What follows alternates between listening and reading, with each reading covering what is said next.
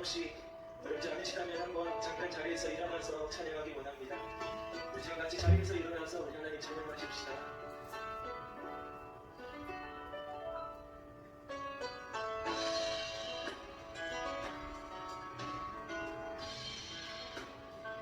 교회여 일어나라, 교회여 일어나라.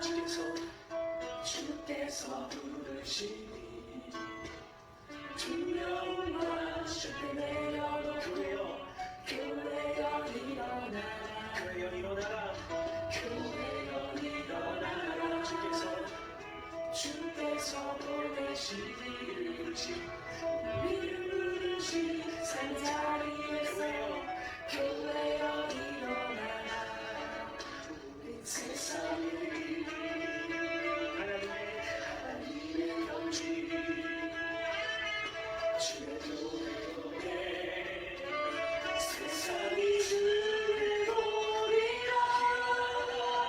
일어나라 아버지 사랑으로 아버지의 영으로 서로 하나를 여 그리 주를 노래하라. 아버지의 사랑을 아버지의 크심을 이 삶의 노래로 주님을 나타내라. 일어나라. 우리 지금 다시 한번 찬양하실 때 온라인으로 함께 예배하고 계시는 성도들도 좀 일어나서 함께 찬양하면 좋겠습니다. 교회여 일어나라. 주께서 부르시니 두려움과 실패 내려 교회여 일어나라. 교회여 일어나라. 교회여 일어나라. 주께서 보내시니 부르시 삶의 자리에서 교회여 일어나라. 세상에 하나님의 편지 주를 하나님을 세상이 주를 보리라. 일어나라 아버지 사랑으로 아버지 능력으로 서로 하나 되어 그리 주라. 노래하라 아버지의 사랑을 아버지의 크심을 이 삶의 노래로 주님을 나타내라. 일어나라 아버지의 은혜로 아버지 능력으로 서로 하나 되어 그리 주라. 노래하라 아버지의 사랑을 아버지의 크심을 이 삶의 노래로 주님을 나타내라.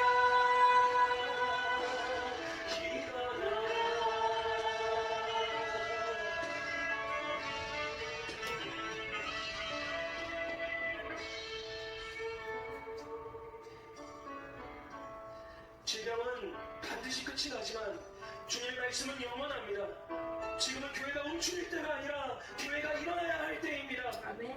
우리 시간 더욱더 우리의 목소리를 모아 이제 주님이 가르쳐 주신 기도로 함께 기도하며 나아가십시다. 하늘에 계신 우리 아버지, 아버지의 이름을 거룩하게 하시며 아버지의 나라가 오게 하시며 아버지의 뜻이 하늘에서와 같이 땅에서도 이루어지게 하소서. 오늘 우리에게 일용할 양식을 주시고 우리가 우리에게 잘못한 사람을 용서하여 준 것 같이 우리 죄를 용서하여 주시고 우리를 시험에 빠지지 않게 하시고 악에서 구하소서. 나라와 권능과 영광이 영원히 아버지의 것입니다. 아멘. 우리 주님께 마지막으로 영광의 박수 올려드리십시다.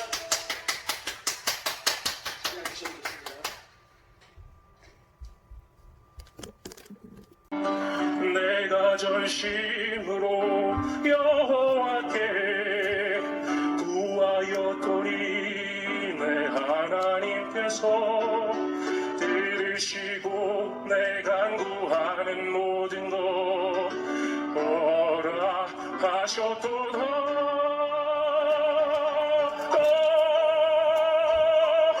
원컨대 주께서 나에게 복의 복을 더하사 나의 지경을 넓히시고 주의 손으로 나를 도우사 나로 환난을 벗어나 근심이 없게 하옵소서. 나의 구원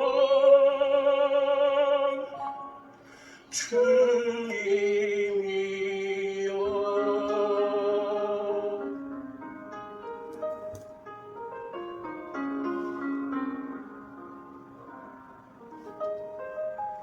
출애굽기 20장 1절에서 11절입니다. 구약성경 112쪽에 있습니다. 제가 하나님의 말씀을 봉독하겠습니다. 하나님이 이 모든 말씀으로 말씀하여 이르시되 나는 너를 애굽 땅 종되었던 집에서 인도하여 낸 내 하나님 여호와니라. 너는 나 외에는 다른 신들을 내게 두지 말라. 너를 위하여 새긴 우상을 만들지 말고 또 위로 하늘에 있는 것이나 아래로 땅에 있는 것이나 땅 아래 물속에 있는 것의 어떤 형상도 만들지 말며 그것들에게 절하지 말며 그것들을 섬기지 말라. 나 내 하나님 여호와는 질투하는 하나님인즉 나를 미워하는 자의 죄를 갚되 아버지로부터 아들에게로 3, 4대까지 이르게 하거니와 나를 사랑하고 내 계명을 지키는 자에게는 1000대까지 은혜를 베푸느니라. 너는 내 하나님 여호와의 이름을 망령되게 부르지 말라. 여호와는 그의 이름을 망령되게 부르는 자를 죄 없다 하지 아니하리라. 안식일을 기억하여 거룩하게 지키라. 엿새 동안은 힘써 내 모든 일을 행할 것이나 일곱째 날은 내 하나님 여호와의 안식일인즉 너나 내 아들이나 내 딸이나 내 남종이나 내 여종이나 내 가축이나 내 문 안에 머무는 객이라도 아무 일도 하지 말라.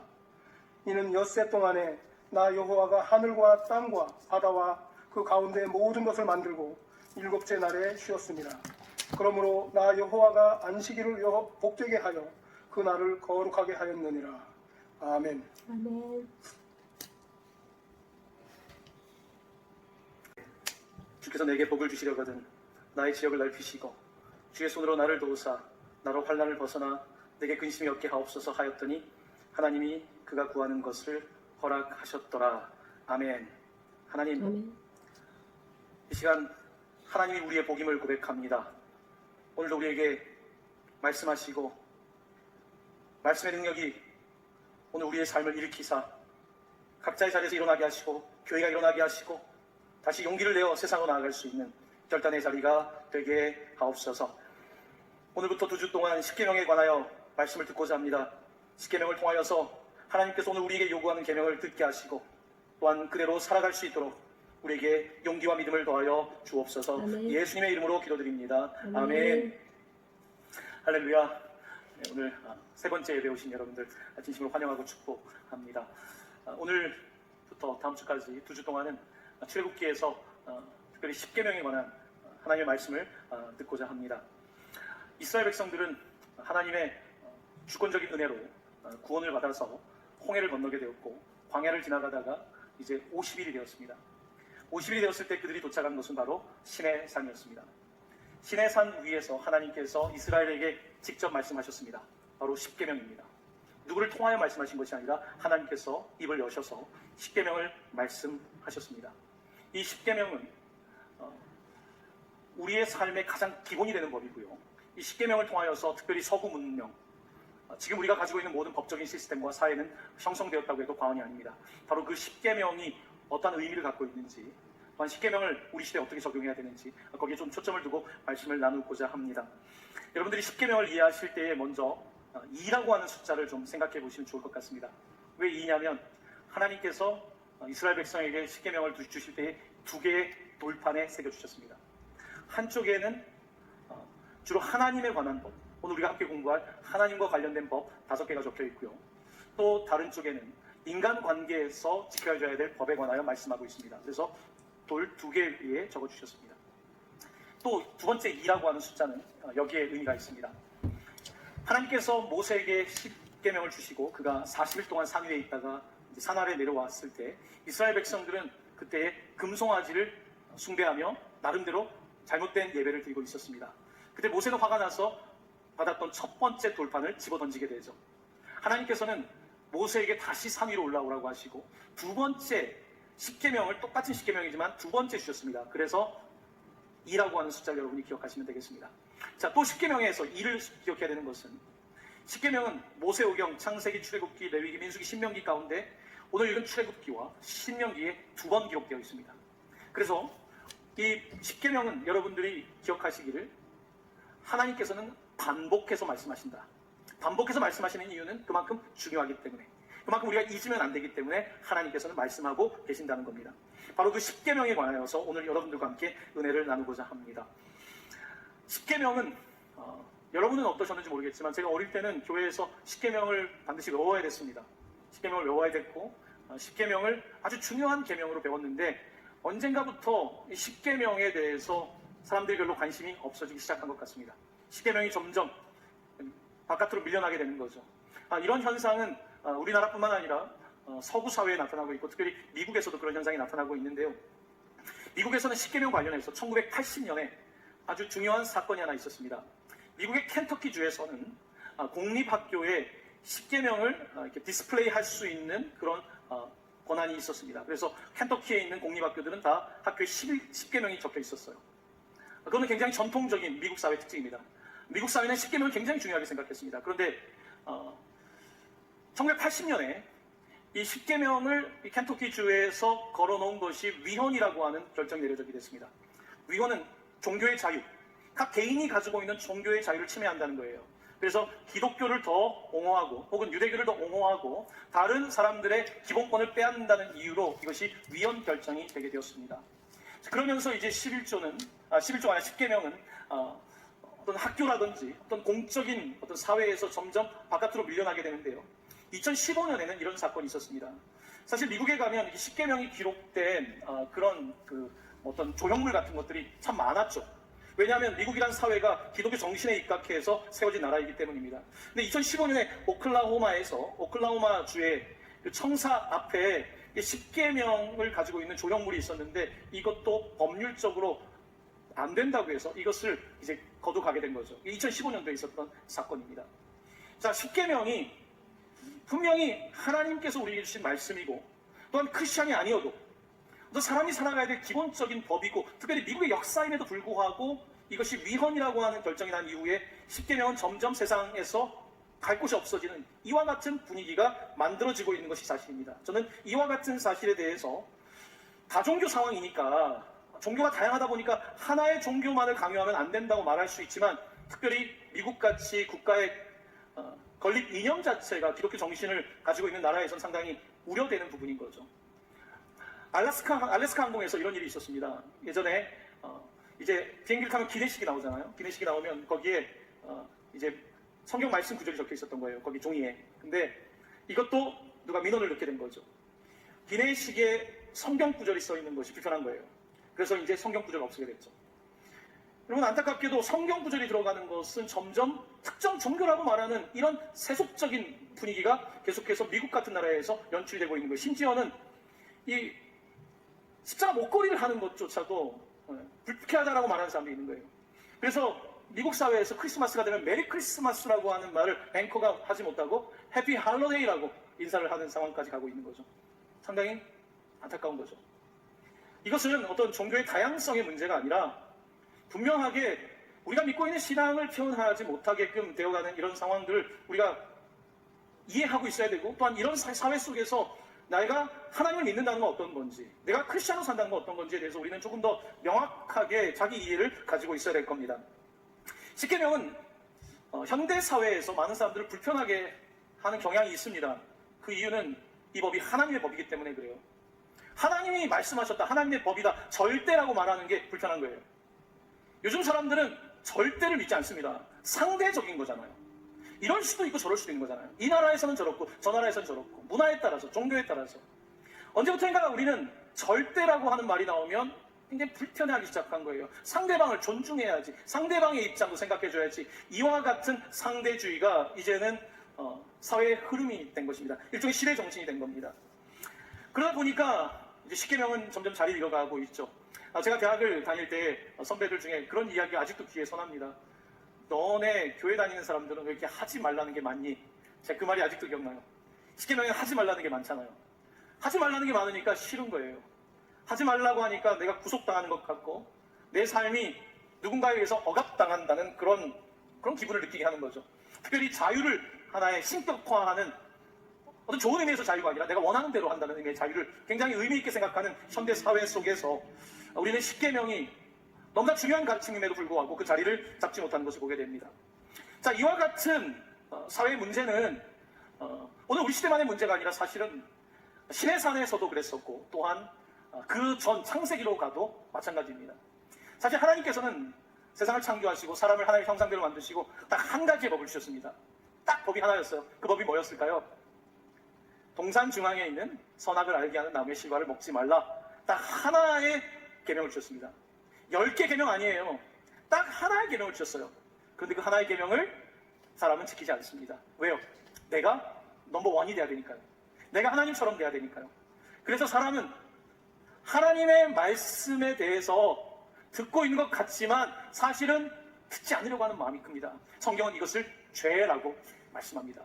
우리가 죄인인 것은 내가 어떤 감옥에 갈 만한 어떤 법적인 잘못이 있다라고 하는 의미 이전에 성경이 말씀하고 있는 죄는 우리가 하나님에 대해서 믿지 않고 하나님에게 순종하지 않는다는 것, 바로 이것이 죄의 핵심입니다. 바로 이렇게 우리는 태초부터 죄 가운데 살게 되었고 역사 발전이라고 하는 것은 결국은 법이 더 많아지는 거예요. 왜 그럴까요? 점점 사회가 복잡해지니까 문제가 발생할 때마다 법을 만드는 거예요. 자, 그래서 이스라엘 백성들은 오늘 10개, 10계명을 받는 건데 이게 10계명이 아닙니다. 사실은 창세기, 출애굽기, 레위기, 민수기, 신명기 5권의 이 모세오경에는 613개의 강령이 있습니다. 613개 법조항이 있는 거예요. 이렇게 법이 점점 많아지고 있는 거예요. 하지만 법이 많아진다고 해서 정의가 세워질까요? 법이 많아진다고 해서 정말 좋은 세상이 될까요? 법이 많다는 것은 그만큼 우리 사회가 더 부패했다는 것을 뜻하는 것이기도 합니다. 자, 하나님께서는 이렇게 우리에게 계명을 주셨고 이 계명을 따라 살면, 이 하나님이 주신 절대 법령을 따라서 살아가면 오히려 더 우리가 자유를 누릴 수 있고 더 기쁨을 누릴 수 있다고 하는데, 우리는 선악과를 따먹는 자유를, 선악과를 따먹지 않을 자유가 아니라 선악과를 따먹는 자유를 선택했고, 하나님께서 십계명을 주셨건만 십계명을 따라갈 자유가 아니라 십계명을 따라가지 않을 자유를 선택하는 것이죠. 바로 이것이 오늘 우리의 현실이고 이것이 죄인된 우리의 모습입니다. 십계명은 사실은 우리의 삶의 굉장히 근본적인 법입니다. 절대적인 법입니다. 이 법을 지킬 수만 있다면, 이 법을 진지하고 심각하게 받아들일 수 있다면 우리의 삶이 달라질 겁니다. 미국 공립학교는 십계명을 가르쳤죠. 십계명은 하나의 계명이기도 하지만 도덕인 거예요. 그게 인성에 관련된 거예요. 이 기본이라고 하는 것을 가르치지 않으면 사실은 이 인생을 세우는 게 어렵잖아요. 하지만 이 기본에 관하여서 이제 사람들은 싫어하기 시작한 겁니다. 저희 교회에서는 이제 기독교 대안학교를 하고 있잖아요. 가장 하고 싶은 이유 중에 하나는요, 성경을 학교에서 배우는 거예요. 성경을 배우는 게 저는 중요하다고 믿기 때문이에요. 성경을 아는 것이 우리의 삶에 가장 좋은 반석이 된다는 걸 저는 믿고 있기 때문이에요. 여러분, 최근에 어떤 교육에서의 미국이나 한국이나 교육이 처한 문제점은 뭡니까? 여러분, 교육의 목표가 좋은 성적이 나는 거잖아요, 사실은. 그래서 좋은 직업 갖는 게 학교를 다니는 목적 아닙니까? 자, 그런데 안타까운 것은 우리가 직업을 갖는 건 중요한데 좋은 직장이 될 수 있도록 가르치지 못한다는 거죠. 우리의 자녀가 의사가 되는 거, 하나님은 거기에 관심 없습니다. 하나님은 좋은 의사가 되는 데 관심이 있어요. 우리의 자녀가 판사가 되고 검사가 되는 것 참 좋은 일이죠. 하나님은 관심 없습니다. 하나님은 좋은 검사, 좋은 판사 나오는 데 관심이 있어요. 하나님의 관심사와 다른 관심을 우리가 많이 가지고 있는 거예요. 오늘 우리는 이 시대를 살아가면서 내가 되고 싶은 것, 그것이 되면 조금 더 평판이 좋아질 것 같고 뭔가 물질적인 보상이 있을 것 같은 것을 추구하지만 실제적으로 하나님이 관심 갖고 있는 것에 대해서 우리는 관심을 갖고 있지 못한 거예요. 십계명은 우리에게 하나님의 법을 가르쳐주는 거예요. 여러분, 내가 어떤 직장을 다니느냐가 중요한 게 아닙니다. 내가 하나님 앞에서 어떻게 살 것인가, 이게 더 하나님이 갖는 관심이거든요. 결혼을 하냐 안 하냐가 중요한 게 아니라 어떤 배우자가 될 것이냐가 중요한 거예요. 하나님은 거기에 대해서 우리에게 명확한 기본을 가르쳐주고 있는데 우리는 그 기본에 관하여서 싫다는 거예요. 하나님이 없이 우리가 할 수 있다는 거죠. 그래서 요즘은 하나님의 십계명은 없는데 어디 가나 다 십계명들이 있어. 자기들이 다 만들어서 부부 십계명, 뭐 학교도 자기들끼리 십계명 만들고. 여러분, 내가 만든 십계명, 다 가면 자기들끼리 만든 십계명이 무슨 의미가 있겠습니까? 성경은 우리에게 십계명을 가르치면서 이것은 하나님의 말씀이다. 이것은 상대적인 것이 아니라 절대적 가치라는 것을 우리에게 말씀하고 있는 겁니다. 사랑하는 성도 여러분, 오늘 우리가 함께 이 십계명을 하나님의 말씀으로 받아들이고 이 말씀 위에 우리의 인생을 세울 수 있기를 간절히 축원합니다. 또 우리 자녀들이 말씀 위에 서길 바랍니다. 이 말씀. 네. 그렇습니다. 오늘 이렇게 제가 십계명에 관한 최근에 어떤 사회적 흐름 속에서 어떻게 우리가 십계명을 이해해야 될지 말씀을 드렸는데요. 두 번째로 우리가 좀 십계명에 관해서 좀 오해하는 것들이 있습니다. 십계명을 하나의 억압처럼 하지 말라라고 말하는 굉장히 좀 귀찮게 하는 걸로 생각하는 거예요. 여러분, 우리가 어린 시절 부모님에게 하지 말라는 이야기 참 많이 듣잖아요. 특히 남자애들은 거의 활동적이니까 하지 마 항상 듣지 않습니까? 하지 말라는 말을 왜 할까요? 여러분은 자녀를 키우실 때 결혼하신 분들은 하지 말라는 말을 왜 하십니까? 왜 지금까지 하십니까? 다 큰 자식들한테 하지 말라는 이야기는 뭡니까? 내가 그의 인생에 개입하고 싶다는 뜻보다는 내가 관심이 있다는 거잖아요. 내가 너의 인생에 관심이 있다는 거예요. 하나님께서 우리에게 계명을 주시는 이유는 우리의 삶을 억압하고 우리를 구속하기 위한 것이 아니라 우리가 잘 되기를 바라는 거예요. 우리에게 복의 복을 주시기 위하여서 계명을 주신 거고 그 계명을 따라갈 때 우리가 그렇게 될 수 있다고 말씀하고 있는 겁니다. 하지만 우리는 하나님에 대해서 오해해요. 하나님은 계명을 주시고 우리를 구속하고 그래서 법을 못 지키면 우리에게 벌을 주시는 하나님이다라고 우리는 잘못 생각하고 있는 거예요. 그것은 성경이 말씀하고 있는 하나님은 아닙니다. 하나님은 사랑하시기 때문에 우리에게 말씀하시는 것이고 사랑하기 때문에 계명을 주시는 것입니다. 바로 그 하나님을 제대로 이해하게 될 때에 우리는 하나님을 사랑할 뿐만 아니라 우리가 계명을 지키는 사람이 될 수가 있는 겁니다. 자, 우리가 출애굽기를 읽고 있는데요. 출애굽기 속에서 하나님은 이스라엘 백성을 사랑하시는 하나님으로 등장합니다. 하나님께서는 이스라엘을 괴롭히려고 부른 게 아니라 그들을 힘들게 하려고 법을 준 것이 아니라 그들을 너무 사랑하셔서 구원하셨고 그들에게 법을 준다고 말씀하고 있는데요. 자, 화면에 출애굽기 15장 13절 말씀. 하나님께서 우리를 사랑하셔서 구원했다라고 하는 그 말씀을 함께 봉독합니다. 주의 인자하심으로 주께서 구속하신 백성을 인도하시되 주의 힘으로 그들을 주의 거룩한 처소에 들어가게 하시나이다. 아멘. 아멘. 주님께서는 그 인자하심, 헤세드, 그의 사랑 때문에 이스라엘 구원했다라고 말씀하고 있고요. 그 다음에 또 한 구절을 읽겠는데요. 우리는 정말 사랑하는 모습을 독수리의 모습에 비유하고 있습니다. 함께 봉독합니다. 내가 애굽 사람에게 어떻게 행하였음과 내가 어떻게 독수리 날개로 너희를 업어 내게로 인도하였음을 너희가 보았느니라. 아멘. 이스라엘은 애굽의 노예로 출애굽 자체가 불가능했습니다. 어떻게 그 국경을 넘습니까? 국경 넘다 다 죽죠. 하나님께서는 독수리의 날개로 너희를 업었다는 거예요.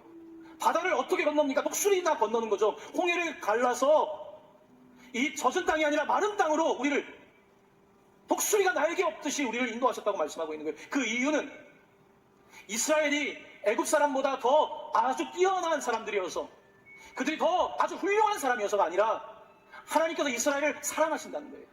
하나님이 이스라엘을 사랑하셔서 그들에게 무관심할 수 없었고 고통당하는 그들의 신음에 응답하셔서 그들을 구원하셨다라고 말씀하고 있는 겁니다. 자, 출애굽기는 분명하게 우리에게 선언하고 있습니다. 우리가 구원받은 것은 내가 자격 때문에 아니에요. 내가 더 법을 잘 지켜서가 아니에요. 법이 있기 전에 하나님께서는 이스라엘을 사랑하신 거예요. 오늘 여러 교회에 계신 여러분들과 제가 구원을 받은 것은 우리가 남보다 더 법을 잘 지키기 때문이 아닙니다. 내가 남보다 더 인격적으로 훌륭한 사람이어서도 아닙니다. 오늘 우리가 구원받은 것은 하나님께서 우리를 사랑하신 것이고 우리는 그 사랑 때문에 홍해를 건넌 것입니다. 홍해를 건너고 나서 하나님께서는 사랑하는 자에게 법을 주시는 거예요. 내가 너희를 사랑하니까 그 사랑에 따라서 너희들이 그 법을 지킬 것을 우리에게 명령하고 있는 것입니다. 이 율법에는 하나님의 사랑이 있고요. 하나님의 또한 기대가 있어요. 여러분, 잔소리 부모들이 하잖아요. 하다 보면 잔소리가 되잖아요. 사실 잔소리는 아니로 의미 있는 말인데 그렇게 듣잖아요. 왜 합니까? 기대가 있으니까요. 내 자녀에 대한 기대가 있기 때문에 듣기 싫은 이야기인데 또 하는 거 아닙니까? 하나님도 우리와 마찬가지예요. 우리에게 기대가 있기 때문에 명령이 있는 것이고 율법이 있는 것입니다. 기대가 없다면 법을 주지 않습니다. 하나님은 다른 민족에게 법을 주지 않습니다. 하나님이 택한 이스라엘에게 법을 주시고 오늘 하나님이 선택한 우리들에게는 또한 성령의 법을 주셔서 우리가 그 법을 따라가게 하는 거예요. 우리를 사랑하시기 때문에, 우리에게 기대가 있기 때문에, 우리가 다른 열방 가운데서 제사장 나라가 되길 원하기 때문에, 일반적인 사람들이 아니라 특별한 하나님의 부르심을 받은 사람으로 살기를 원하시기 때문에 하나님께서는 우리에게 그렇게 행하고 계신 겁니다. 바로 그 사랑의 관계 안에 우리가 들어가는 거죠. 예수님께서는 바로 이 율법과 사랑의 관계에 대하여서 분명하게 말씀하셨는데요. 요한복음 14장 15절입니다. 이 말씀 같이 읽어볼까요? 너희가 나를 사랑하면 나의 계명을 지키리라. 지키리라. 아멘. 아멘. 사랑하니까 계명을 지키는 거예요. 사랑하기 때문에. 사랑하기 때문에 부모님의 말씀에 순종하는 거예요. 사랑하기 때문에 배우자에게 순종하는 거죠, 서로. 바로 사랑하기 때문에. 예수님께서는 이 사랑과 계명의 관계에 대하여서 요한복음 15장 10절에서 좀 더 명확하게 말씀하고 계십니다. 이 말씀 같이 읽습니다. 내가 아버지의 계명을 지켜 그의 사랑 안에 거하는 것 같이 너희도 내 계명을 지키면 내 사랑 안에 거하리라. 아멘. 그럼 사랑과 계명이 같이 가잖아요. 그런데 이게 참 묘하게 세상은 계명은 사랑이 아니라는 식으로 이것을 분리를 시켜놨어요. 계명이 있으면 그 사랑이 아니라는 거예요. 사랑은 계명이 없는 거고, 사랑은 선악과도 따먹는 거고, 사랑은 다 허용하는 거고. 하지만 성경은 한 번도 그렇게 말씀하지 않습니다. 성경은 사랑한다는 것은 금기도 있는 거고 자유도 있는 거예요. 바로 이게 하나님의 규칙이 있는 사랑인 거지, 하나님께서는 그저 좋은 게 좋은 것이라고 하는 사랑을 우리에게 가르치신 적이 없습니다. 예수님께서는 그러므로 그가 사랑 안에 거하고 계명을 지킴으로 말미암아 하나님 안에 있었다고 강조하고 있는 겁니다. 자, 그러면서 예수님께서는 바로 이 율법과 사랑이 하나이라고 말씀하고 계시는데요. 마태복음 5장 17절입니다. 같이 이 말씀 봉독합니다. 내가 율법이나 선지자를 폐하러 온 줄로 생각하지 말라. 폐하러 온 것이 아니오 완전하게 하려 함이라. 아멘. 우리 크리스천 중에는 가끔 구약과 신약을 너무 구별해서 구약 성경은 율법이다, 신약 성경은 은혜다라고 생각하려는 분들이 종종 있습니다. 그렇지 않습니다. 율법은 사랑인 거고요. 예수님께서 이 땅에 오셔서 율법과 선지자를 폐하는 것이 아니라, 즉 구약에 있는 성경을 폐하는 것이 아니라 완성하기 위해서 오셨다라고 말씀하고 계신 겁니다. 바로 예수님을 통하여서 율법이 아니라 바로 은혜가 되는 거예요. 율법조차 하나님의 은혜가 된다는 것을 그는 고백하고 있고 1.1핵도 바뀌지 않는 이 하나님의 법을 지키는 예수 그리스도의 신실한 사랑을 우리는 성경을 통하여 거듭해서 볼 수 있게 되는 것입니다. 자, 이렇게 오늘 십계명의 어떤 시대 속에서의 의미, 그리고 십계명에 대한 여러분이 갖고 있는 오해, 이런 것들에 관한 말씀을 드렸는데요. 자, 이제는 여러분들과 함께 십계명의 내용 가운데 오늘은 4가지 계명에 대해서 함께 좀 은혜를 나누고자 하는데요. 뭐든지 1번이 중요하죠. 십계명의 1번부터가 가장 중요합니다. 자, 이제 십계명의 제1계명 20장 3절 말씀입니다. 우리 이 말씀 같이 읽어볼까요? 시작. 너는 나 외에는 다른 신들을 내게 두지 말라. 아멘. 첫 번째 계명이 어려운 계명이에요. 너는 나 외에는 다른 신들을 내게 두지 말라. 이게 위헌이라는 거죠. 세상 법으로는 어떻게 다른 신들을 두면 안 되냐는 거죠. 이 계명은 여러분 세상에서 지켜져야 된다는 의미보다는 여러분이 제가 지켜야 될 법이에요. 이스라엘 백성들이 가나안 땅 갔을 때 다른 신 많았습니다. 하지만 너희들은 그러면 안 된다는 거예요. 세상의 이야기를 하는 게 아니라 내가 택한 너희들은 너 외에 다른 신들을 두지 말라고 말씀하고 있습니다. 이게 첫 번째 계명인데요. 기독교 전통에서는 이것을 첫 번째 계명이라고 카운팅을 하는데, 이 유대교에서는 첫 번째 계명이 이게 아니라 2절입니다. 그리고 저희가 알고 있는 1절, 첫 번째, 두 번째 계명이 합쳐서 유대교에서는 2번이 되는 거예요. 자, 그러면 유대교적으로 봤을 때 첫 번째 계명이 뭐냐면 20장 2절입니다. 이 말씀 같이 읽겠습니다. 시작. 나는 너를 애굽 땅 종되었던 집에서 인도하여 낸 하나님 여호와니라. 아멘. 아멘. 이 구절이 굉장히 열쇠가 되는 구절입니다. 그러니까 뭐뭐 하지 말라, 뭐뭐 하지 말라, 이 계명이 있기 전에 전제가 있는데, I am, 나는 your God, 너의 하나님이다. 내 이름은 여호와다 라고 말씀하고 있는 거예요. 자, 그런데 여기서 나는 너라고 불렀어요. 근데 이제 영어 성경을 읽다 보면 헷갈릴 때가 있는데, 그게 뭐냐면 너와 너희들, you라고 하는 단어가 나올 때 you, 이게 단수인지 복수인지 헷갈려요. 근데 십계명은 단수입니다. 너희들이 아니라, 그래서 옛날 영어로는 thou라는 표현을 써요. 단수예요. 오늘 이스라엘 백성들이 시내산 아래에서 다 모여 있는데 하나님께서 지금 이 집단에게 너희들이라고 말씀하시는 게 아니라 나는 너의 하나님이라고 말씀하고 있는 거예요. 개인적으로 각각에게 말씀하고 있고, 너희들이 한다는 의미를 넘어서서 너가 다른 신을 두면 안 되고 너가 우상을 만들면 안 된다고 말씀하고 있는 겁니다. 왜 이 내용이 중요하냐면, 때때로 우리는 이 집단에 들어가서 나는 없을 때가 있어요. 집단에 들어가면 뭐 같이 안 하는 거죠. 여러분, 성경은 특별히 십계명은 개개인에게 말씀하고 있는 인격적인 말씀이고, 오늘 이 말씀은 여러분 각자에게, 한 사람 한 사람에게 지금 말씀하고 있는 그런 내용인 겁니다. 나는 너의 하나님이다. 나는 너의 여호와다. 하나님께서 이렇게 말씀을 하시면서요. 자, 이제 두 번째 계명은 다른 신들을 두지 말라고 하셨고, 두 번째 계명은 여러분 4절부터 6절까지 말씀인데 조금 깁니다. 두 번째 그 계명은 함께 읽어보겠습니다. 너를 위하여 새긴 우상을 만들지 말고 또 위로 하늘에 있는 것이나 아래로 땅에 있는 것이나 땅 아래 물속에 있는 것을 어떤 형상도 만들지 말며 그들에게 절하지 말며 그것들을 섬기지 말라. 나 내 하나님 여호와의 질투하신 하나님이 나를 미워하는 자는 저렇게 아버지로부터 아들에게 삼사대까지 하거니와 나를 사랑하고 내 계명을 지킨 자에게는 천대까지 은혜를 베푸느니라. 아멘. 두 번째 계명은 우상을 만들지 않는 겁니다. 여러분, 성경은 하나님께서 사람을 만드실 때에 하나님의 무엇대로? 형상대로 만드셨다고 말씀하고 있습니다. 하나님의 형상대로 사람이 만들어졌어요. 그런데 하나님의 형상을 닮은 사람은 자기의 형상대로 또 뭘 만들어요. 동물은 우상을 만들지 않습니다. 하나님은 하나님의 형상대로 사람을 만들었는데 사람은 또 자기의 형상대로, 자기의 모양대로 우상을 만드는 그런 특징을 가지고 있어요. 이게 신성인 거죠. 그래서 세상의 많은 신들을 보면 인간과 흡사합니다. 감정도 심하고 변덕도 심한 많은 신들이 있어요. 자기의 모습을 신으로 만들어서 그래요. 자기의 모습만 신으로 만듭니까? 하늘, 땅, 바다에 있는 인간보다 못한 피조물의 형상으로 우상을 만들죠. 그래 놓고서 그것을 섬기죠. 이게 인간의 특징이에요. 고대 사회부터 인간이 계속해서 우상을 만듭니다. 지난주에 보았던 금송아지처럼. 특별히 금송아지, 송아지는 전 세계 문명에서 우상시하는 동물 중에 하나죠. 힌두교, 소를 섬기잖아요. 왜 그럴까요? 젖을 주잖아요. 여러분, 젖을 준다는 게 얼마나 귀합니까? 거기다 밥도 잘 갈아요. 또 뭐합니까?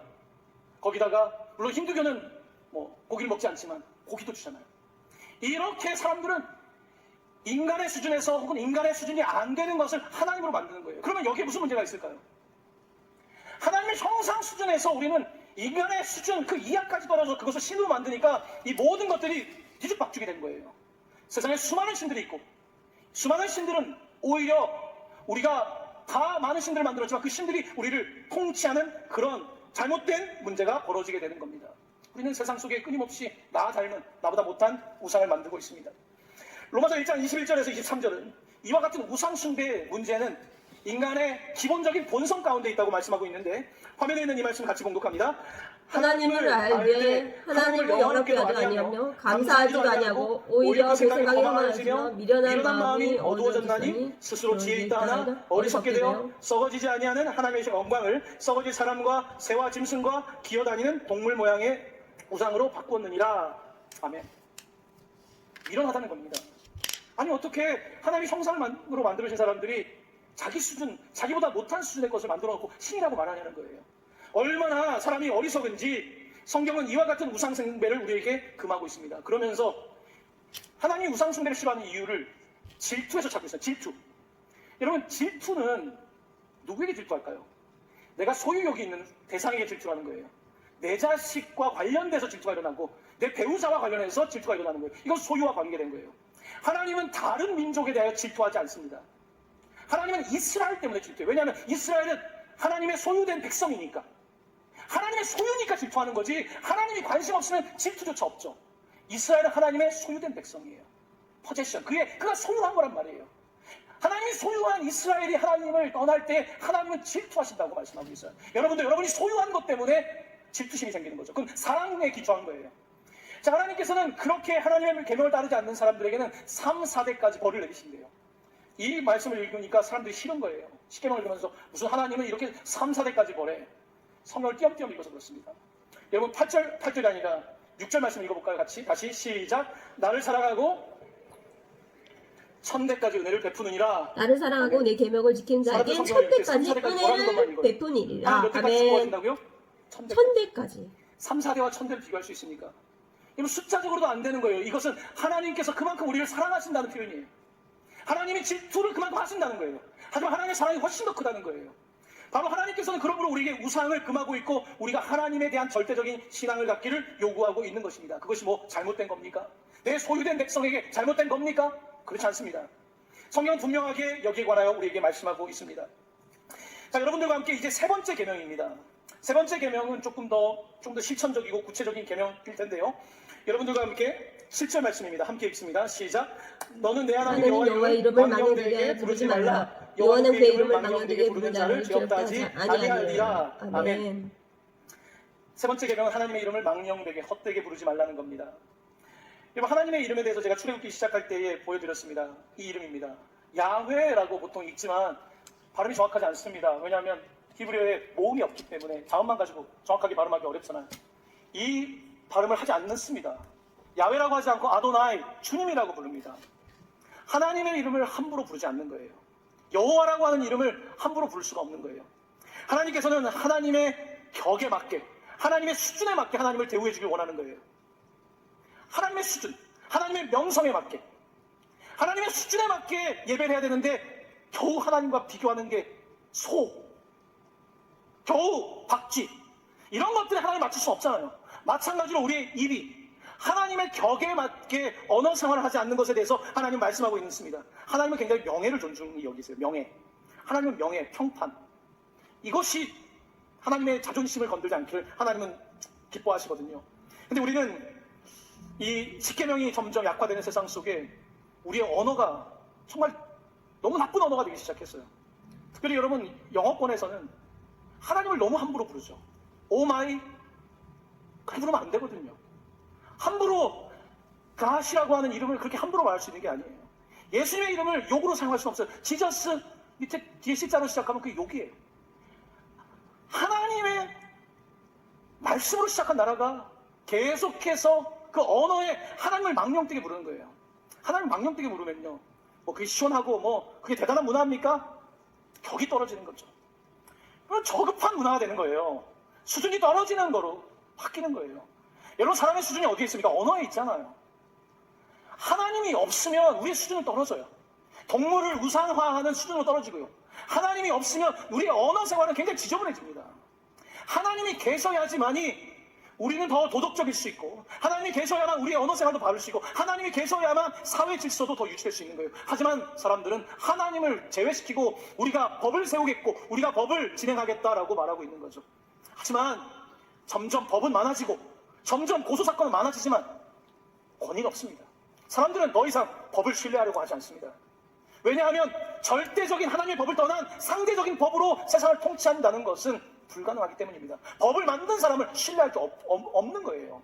법을 주신 하나님을 신뢰할 수 있지만 이 법을 이 법을 집행하는 사람을 신뢰할 수 없다라고 하는 이 문제에 직면해 있는 거예요. 하지만 우리는 안타깝게도 하나님의 이름을 함부로 말하기 시작했습니다. 요즘 하나님의 이름을 함부로 말하는 것뿐만이 문제가 아니라요, 아예 하나님의 이름을 안 부릅니다. 우리 아이들이 하나님의 이름 부르질 않아요. 기도 예수님의 이름을 부르지 않아요. 이제는 망령되게 일컫는 수준뿐만 아니라 부르지 않아요. 하나님이 어디 계신지 전혀. 여러분, 그렇게 되면 정말 우리는 더 인간의 존엄을 잃어버리고 더 낮은 수준이 될 수밖에 없음에도 불구하고 우리는 하나님 없이 선악과를 따먹을 때처럼 우리가 기준 삼는다고 하는 환상과 착각 속에 빠져 있는 겁니다. 자, 이제 네 번째입니다. 그럼 하나님을 어떻게 우리가 예배해야 되는가? 8절 말씀입니다. 8절 말씀 같이 읽을까요? 시작. 안식일을 기억하여 거룩하게 지키라. 아멘. 여러분, 안식일법은 잘 알고 계십니다. 하나님께서는 6일 동안 세상을 만드셨고 7일째 쉬셨죠. 6일 동안 하나님께서는 일을 하셨는데 일은 공간 개념입니다. 공간에서 그가 일을 하셔서 배치를 한 거예요. 여러분의 6일도 우리가 일한다는 것은 공간에서 일하는 겁니다. 회사를 출근하고 또한 사업장에 가고 무거운 것을 들고 이곳저곳을 다니며 우리는 일주일 동안 일을 해요. 여러분, 일주일 동안 너무 많은 일을 하셨어요. 우리는 일을 하고 그렇게 공간 속에 살아가요. 그런데 안식일은 공간 개념을 벗어나서 시간 개념으로 가는 거예요. 멈추는 거예요. 여러분, 이스라엘 안식일 금요일 해가 지는 시간이면요, 너무 아름답습니다. 석양이 질 때에 사람들이 움직이질 않아요. 거리에 사람이 없어요. 저는 그때 그 회당에 예배를 드리러 가는데 그 사람이 없는 그곳에 걸어가면서 느꼈던 그 감격. 시간으로 들어가는 거예요. 시간 여행을 하는 거예요. 하나님의 쉼으로 들어가는 거예요. 그래서 어떤 랍비는 이 안식일은 시간 속에서 하나의 궁전과 같다는 거예요. 전혀 다른 세계에 들어가서 이 기쁨을 맛보는 게 안식일이거든요. 안식일에 일을 멈추면 이제 보이기 시작하는 거예요. 뭐가 보입니까? 하나님이 보이죠. 멈추니까 하나님이 보여요. 멈추니까 뭐가 보입니까? 관계가 보이는 거예요. 가족이 보이고 함께 예배하는 사람이 보이고 우리가 분주하게 일하다 보면 일밖에 모르잖아요. 점점 좁아지는데 멈추다 보니까 하나님과 관계와 세상이 보이는 거예요. 공간을 넘어서서 아주 거룩한 시간으로 들어가는 것이 바로 안식일의 기본법의 원리입니다. 오늘 우리가 주일 예배를 드리면서 우리는 우리의 공간에서 이제 시간으로 넘어오는 거예요. 이 시간에 멈추어서 하나님을 보는 거예요. 바라보는 거예요. 이것이 얼마나 유익한지 몰라요. 내가 좋은 영화 한 편 보는 거랑 그 수준이 아니에요. 우리가 나와서 하나님을 만날 때에 그것은 우리의 수준을 높여주는 거거든요. 하나님을 그렇게 만날 때에 또 반사효과는 뭐냐면 하나님을 만나면 그 사람은 자기를 만나게 되어 있습니다. 자기를 만나는 거예요. 예배는 하나님을 만나는 시간이기도 하지만 자기를 만나는 거예요. 내 죄를 만나기도 하고 하나님이 나에 대한 가능성에 대해 말씀하실 때 또 다른 나를 만나는 거예요. 뿐만 아니라 옆에 있는 사람을 만나는 거죠. 하나님께서는 이렇게 완벽한 법을 주신 거예요. 우리에게. 그리고 또 이 법은 얼마나 놀랍냐면 오늘 본문에 있는 것처럼요. 안식일은 남자와 여자 뿐만 아니라 남종과 여종 종들도 똑같이 쉬는 거예요. 나그네도 쉬는 거예요. 심지어 가축도. 하나님은 이 온전한 쉼을 통하여서 새로운 질서를 만들어 주시고 우리가 건강하게 살아갈 수 있도록 기계가 아닌 우리가 쉼도 얻고 또한 세상이 얼마나 불공평합니까? 하지만 누구나 쉴 수 있는 이 날을 제정하고 이 앞에 나와 있는 안식일에 그들이 먹는 빵입니다. 초를 2개 켜고 이 빵은 가난한 사람도 거저 살 수 있는 빵이에요. 가난한 사람도 안식일을 지킬 수 있도록 하는 하나님의 이 완벽한 정의와 사랑의 법이 있음에도 불구하고 우리는 이 법은 필요 없다는 거예요. 그리고 우리의 십계명, 나의 십계명을 만들어서 내 원하는 대로 법을 만들고 해석하면서 살아가는 어리석은 삶을 살고 있는 겁니다. 안식일은 일종의 현대적인 언어로 표현한다면 하나님과의 데이트입니다. 데이트예요. 여러분 잠시 시간을 내서 같이 있어 봐야지 공간을 넘어서서 그 존재를 경험하는 거예요. 저 존재의 소중함, 배우자의 소중함을 경험하고 자녀의 소중함을 경험하고 교회의 소중함, 빼는 사람들의 소중함을 경험하는 것, 바로 이것이 안식일의 특징인 것입니다. 이제 오늘 말씀을 맺으려고 합니다. 오늘 십계명은 억압의 법이 아닙니다. 하나님의 사랑의 법입니다. 이것은 또한 감상적인 사랑의 법이 아니라 우리의 실제 생활을 아주 고차원적으로 만드는 하나님의 사랑의 법입니다. 우리는 이 법을 귀하게 받아들이고 이 법을 우리의 삶 속에서 실천하려고 할 때 우리의 수준은 이 땅에 살고 있지만 하늘 수준까지 올라가게 될 줄로 믿습니다. 하나님의 이 법을 지킬 때 하나님께서는 여러분에게 복의 복을 더하시는데 천대까지 복을 주시기를 예수님의 이름으로 간절히 축원합니다. 아멘. 아멘. 이 시간 함께 여러분들과 함께 찬양 드리기를 원합니다. 오직 주님의 사랑에 매여 함께 찬양하면서 하나님을 향한 우리의 사랑을 다시 한번 고백하고 확정할 수 있게 되길 바랍니다.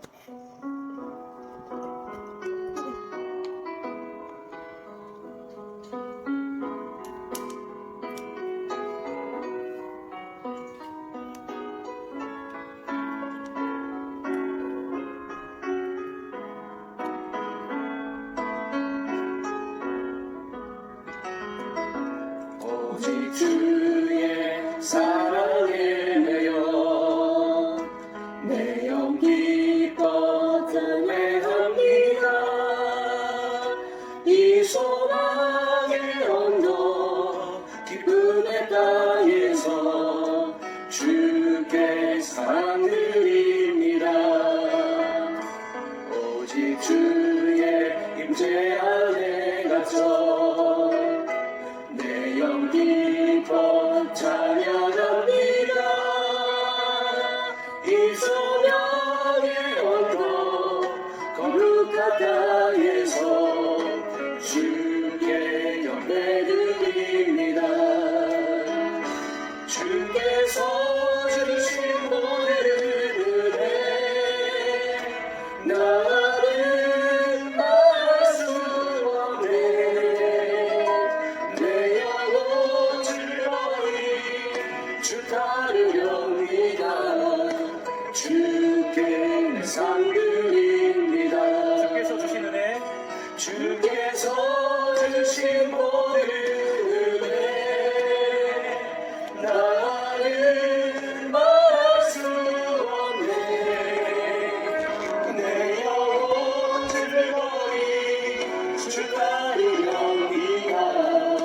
주께 상드립니다. 내 영혼 즐거이 내 영혼 즐거이 주 따르렵니다.